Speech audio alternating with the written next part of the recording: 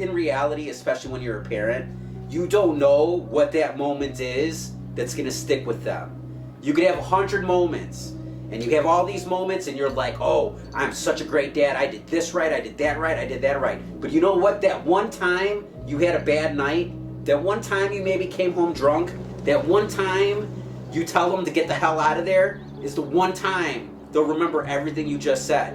And that's the piece that they'll keep in their heart, that they'll think about and when life gets tough. So it's like, it's as a parent, you have to make sure and think about that, and make sure not to give them any of those moments.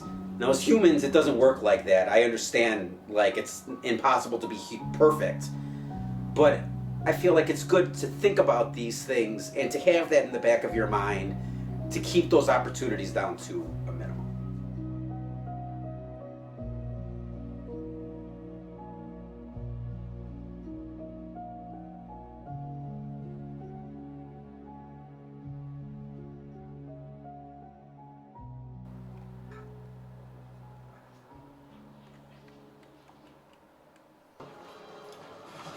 So it's just a joke scene, they didn't really put any thought behind it? Yeah.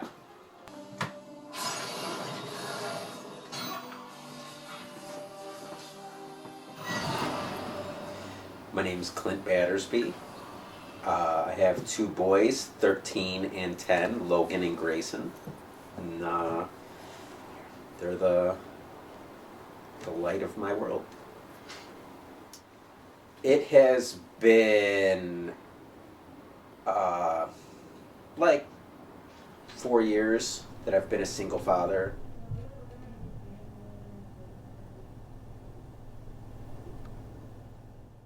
My first job after being a stay-at-home dad was with Gift of Hope.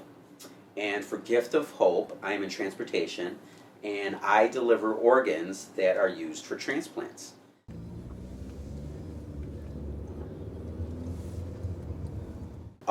As a second job, I got a job with Delivery First. Delivery First is like an Uber Eats type company where they deliver food for different restaurants in the area.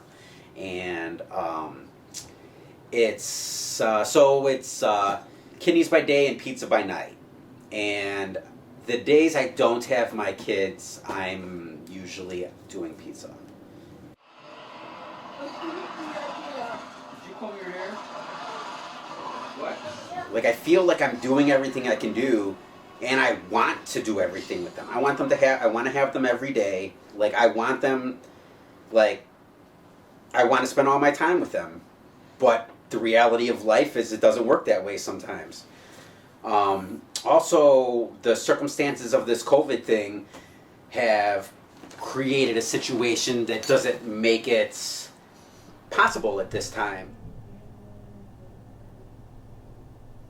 I am taking advantage of the negative, the bad thing as far as COVID.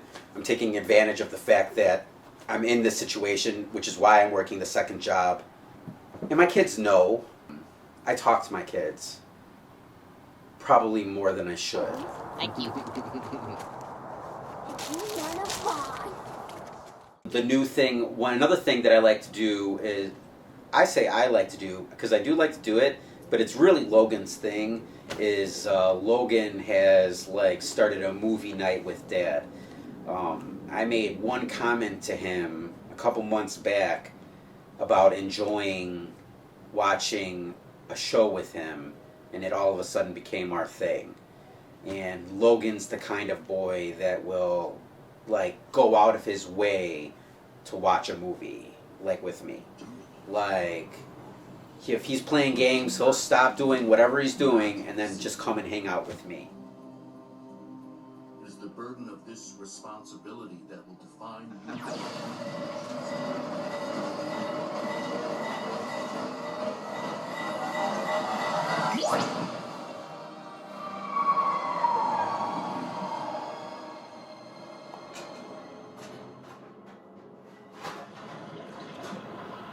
What I would say, though, about Grayson is my cuddle baby. He likes to cuddle. So There are a lot of times where whenever he's having a bad day, whenever he's looking for love, whenever he's just having one of those days and he's looking for love, just come over and sit with me. And he likes to be hugged. He likes to be around people. Logan's not like that. Logan from birth he likes his space. Because I have younger kids still, it's very, very, very important for me that my boys know how to treat women and know how to respect people. So I've gone out of my way to be extra respectful to their mother.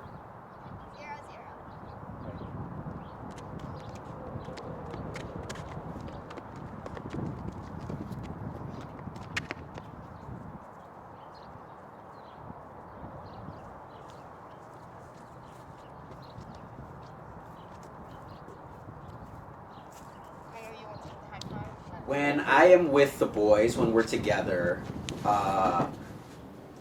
one of the big things we do is play football.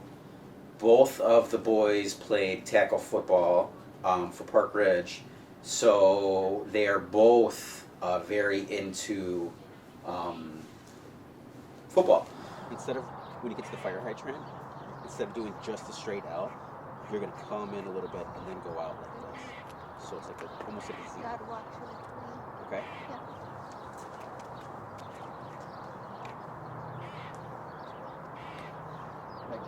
The way that we play is to make each other better. So like when Grayson and Logan are going, like I don't like to play so that they are like competing with each other, which they're brothers, they're going to compete with each other already naturally, so that's already there. But the way I try to steer it is to make themselves better for when they're playing other kids. So like when we're playing, they don't get to trash talk each other, because I don't allow that. That's like that's your brother. That's like, if there's anybody that you should be sitting here trying to show tricks to maybe better catch the ball, it's your brother. Don't be saving that stuff for your friends.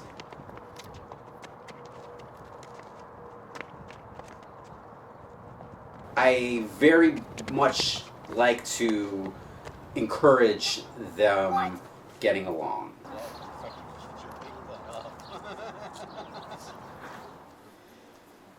I'd say the thing that we do together like the most, that's like the most between the two of us, is the football.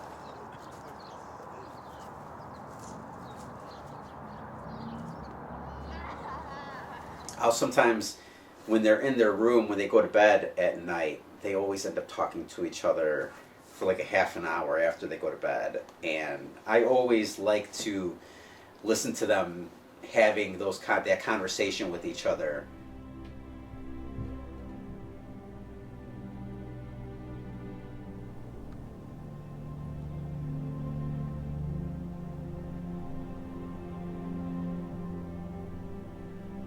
Whatever situation they're in as adults, the thought process in their mind will never go to, oh, well, my dad did this negative thing to my mom, or my dad did this. Like, in their heads, I want them to be able to think back to things that happened in their past and think of something positive as a way to handle the situation, as opposed to handling it in a negative way.